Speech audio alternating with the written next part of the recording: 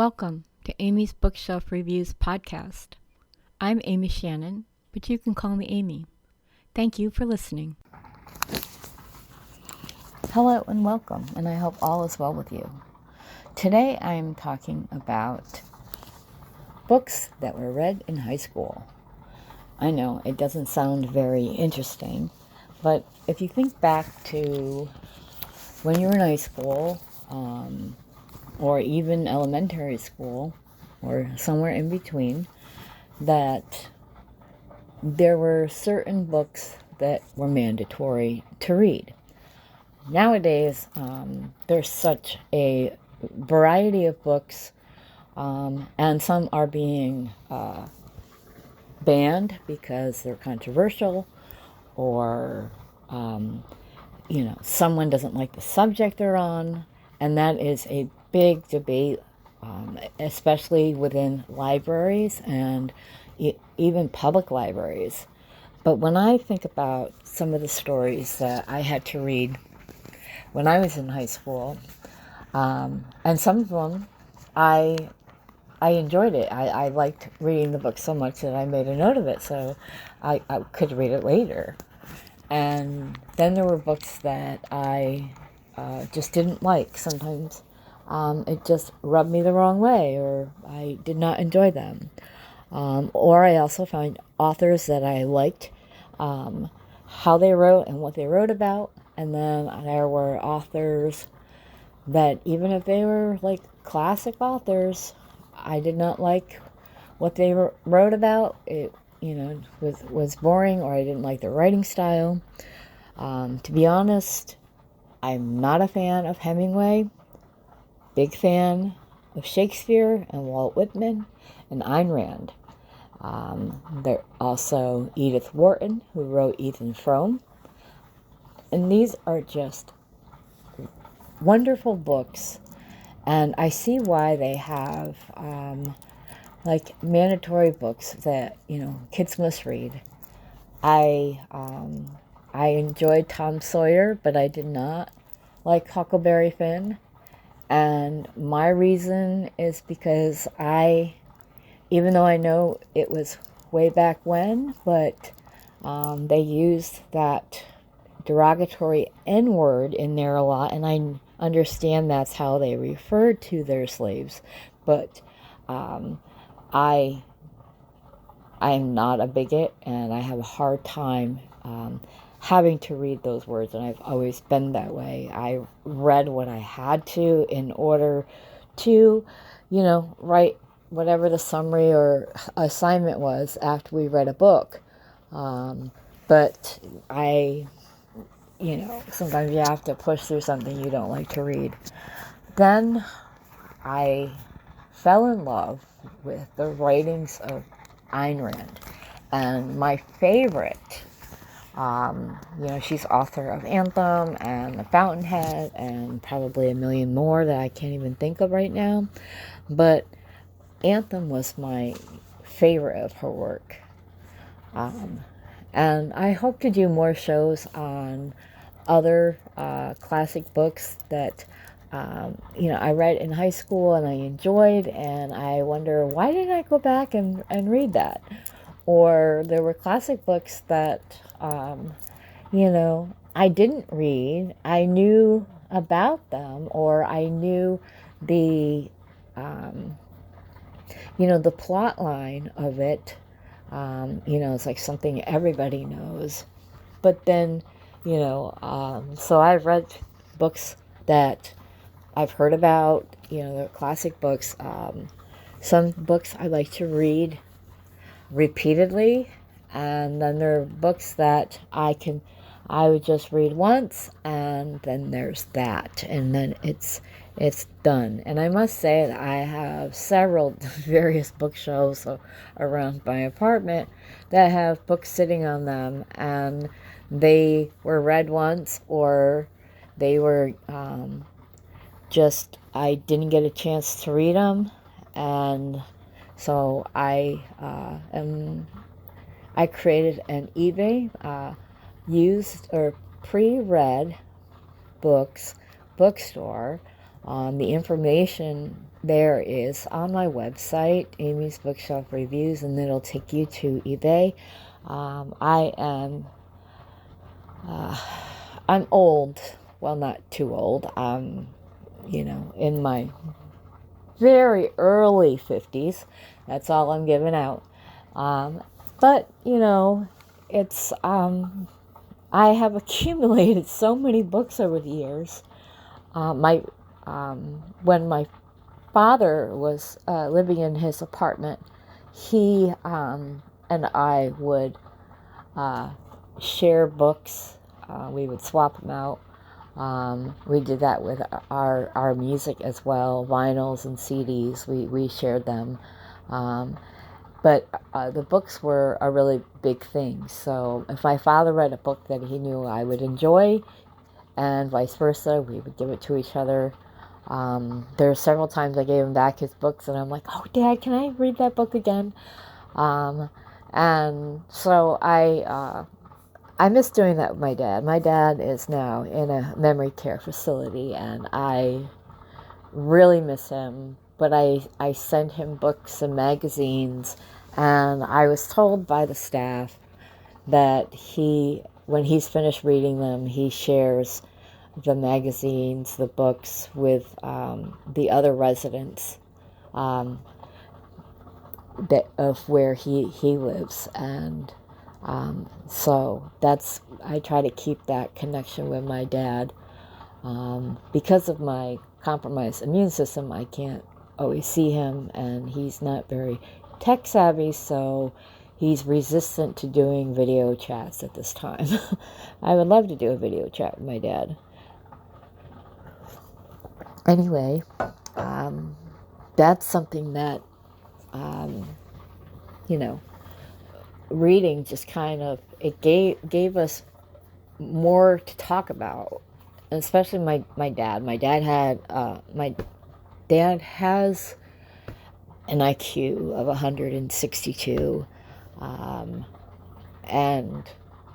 when he was diagnosed with dementia, I had asked if they know if he lost his intelligence, just because he can't remember some things. And sometimes people do, and sometimes people don't. At least he knows, he is able to read still and comprehend what he reads. So I'm guessing that, there's part of my dad's still in there. So, and he doesn't remember who I am, but he remembers in his heart. And I could tell, because that's the way he would look at me, or tell people about me, because I check in on him when it's supposed, when I can, and see how he's doing. Back to what I was talking about, Anthem with Ayn Rand, and it's one of those things that is just, I wanted to read again and again, so I did buy it for my Kindle. And sometimes you can get some pretty good republished classic books on Amazon. If they're Kindle, or I do like getting a paperback when possible. But sometimes you can find a book that's under $5, sometimes free. And that's not even using the Kindle Unlimited, which I am not a participant of, because when you write a review, it is not considered a verified purchase. And since I write reviews, I want to give the author the chance to have it verified or not. So moving forward and talking again about Anthem, and if you have not read it, and it is very interesting. I think it was my very first dystopian book that I've ever read, but it was just something that always stuck with me. So I'm just going to read an excerpt out of it. and share it with you. And I hope that just this entices you to want to pick up some classic books. It's like, if you're an author and you've been writing for years and years and years, and you're always promoting your next book, but, go back, promote the books you wrote years ago, give them a new cover, revamp them. And anyway, so I'm going to just read this. So that's just some food for thought, and I know I always kind of go off on a tangent, but I'm going to read Anthem.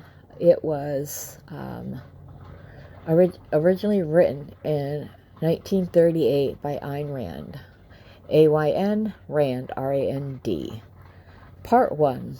It is a sin to write this. It is a sin to think words no others think, and to put them down upon a paper no others are to see. It is base and evil. It is as if we were speaking alone to no ears but our own. And we know well that there is no transgression blacker than to do or think alone. We have broken the laws that say that men may not write unless the council of vocation bid them so. May we be forgiven. But this is not the only sin upon us. We have committed a greater crime, and for this crime there is no name. What punishment awaits us if we be discovered, we know not, for no such crime has come in the memory of men, and there are no laws to provide for it. It is dark here. The flame of the candle stands in the air. Nothing moves in this tunnel save our hand on the paper. We are alone here under the earth. It is a fearful word, alone. The laws say none among men may be alone, ever and at any time, for this is the great transgression and the root of all evil. But we have broken many laws, and now there is nothing to save our one body, and it is strange to see only 2 legs stretched out on the ground, and on the wall before us the shadow of our one head. The walls are cracked, and the water runs upon them in thin threads without sound, black and glistening as blood. We stole the candle from the larder of the home of the street sweepers. We shall be sentenced to 10 years in the palace of corrective detention if it be discovered. But this matters not. It only matters that the light is precious, and we should not waste it to write when we need it for that work which is our crime. Nothing matters save the work, our secret, our evil, our precious work. Still, we must also write, for may the council have mercy upon us. We wish to speak for once to no ears but our own. Our name is Equality 7-2521, as it is written on the iron bracelet which all men wear on their left wrists with their names upon it. We are 21 years old. We are 6 foot tall, and this is a burden for there are not many men who are 6 feet tall. Ever have the teachers and the leaders point us to frown, and said, there is evil in your bones, Equality 7-2521, for your body has grown beyond the bodies of your brother. But we cannot change our bones, nor our body. And that, as I mentioned, is an excerpt from Ayn Rand, and it's called Anthem. So, if you like this story, and it's a world where you don't have individuality, that's why this Equality 7-2521 refers to, as if he was referring, if he was referring to himself, he refers to himself as we, because no one is alone and everybody is supposed to be the same. So Thank you for listening. If you're an author who wants your book to be on the show, go to Amy's Bookshelf Reviews /podcast for more information. And if you're an author and you want your book reviewed, go to amysbookshelfreviews.com for more information.